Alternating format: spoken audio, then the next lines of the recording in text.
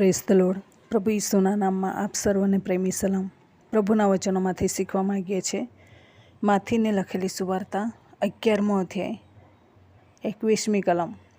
ત્યાં લખવામાં આવ્યું છે, ઓ ખોરાજીન, તને હાય હાય, ઓ બેથસૈદા, તને હાય હાય, કેમ કે જે પરાક્રમી કામો તમારામાં થયા તે જો તૂર તથા સીદોનમાં થયા હોત તો તેઓએ ટાટ તથા રાખમાં બેસીને ક્યારનો પસ્તાવો કર્યો હોત. ન્યાયકાળે શું થશે? ન્યાયકાળે પ્રભુ ઈસુ ખ્રિસ્ત જ્યારે આ જગતમાં હતા એવા સમયમાં આ બે નગરને અફસોસ એમ કરીને કહે છે.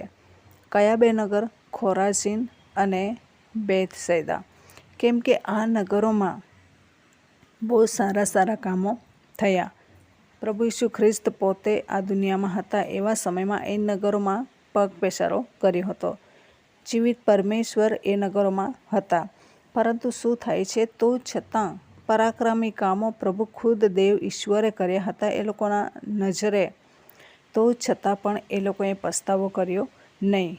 એના કરતાં તૂર અને સીદોન છે એમાં એવા લોકો હતા કે જે પ્રભુને ઓળખતા નહીં હતા. એવા લોકો જો પ્રભુ ઈસુ ખ્રિસ્ત ગયા હોત તો ક્યારનો પસ્તાવો કર્યો હોત. એ પ્રમાણે જણાવે છે.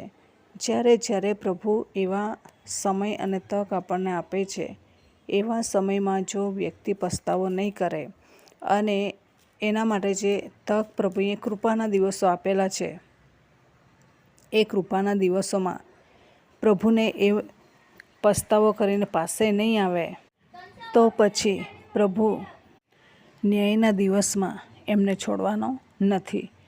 ઘણી વખત આપણે વિચારીએ છીએ કે મારા જીવનમાં તક નથી મળી, મારા જીવનમાં જો તક મળે તે તો આમ કરતે, એવી રીતના ઘણા બધા લોકો કહે છે.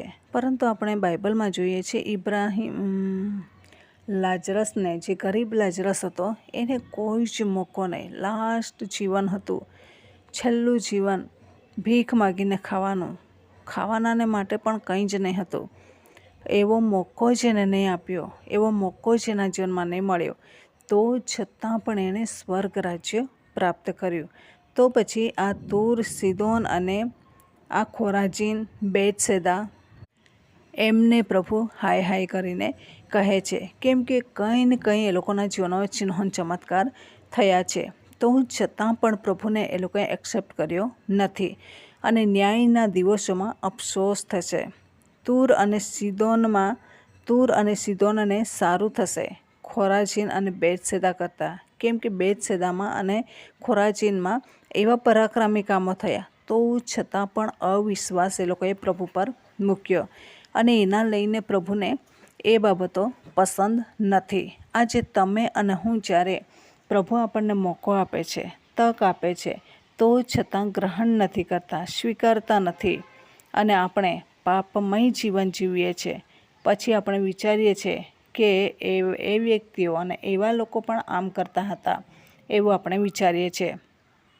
પરંતુ બીજા લોકોને તક આપવામાં આવી નથી, આપણને તક આપવામાં આવી છે. તો પછી આપણે તૂર અને સીદોનની જેમ પશ્ચાતાપ કરવો જોઈએ. એ લોકોને ન્યાયકાળે સહેલું થશે, કેમ કે એ લોકોને ઓછી શિક્ષા થશે.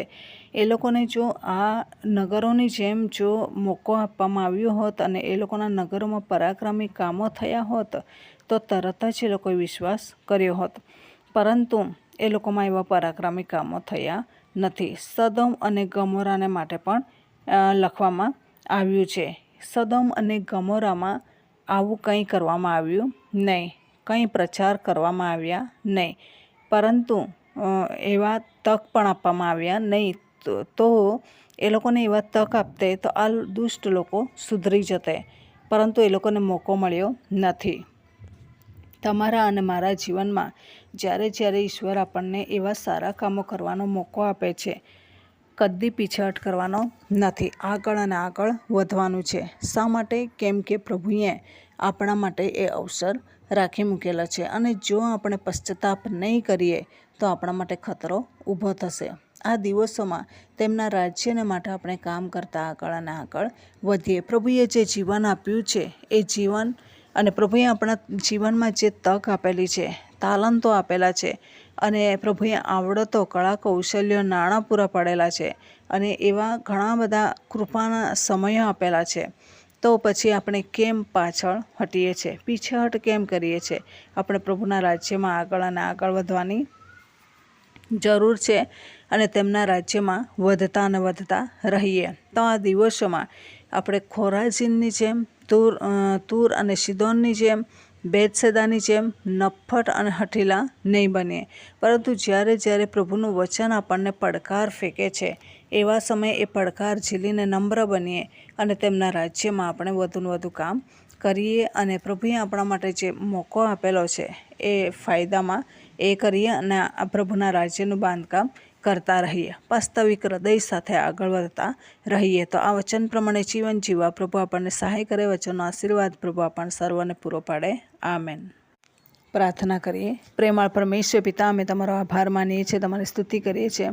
તમારી કૃપા અને તમારી દયામાં તમે અમને ધરી રાખ્યા છે, તેના માટે આભાર માનીએ છીએ, સ્તુતિ કરીએ છીએ.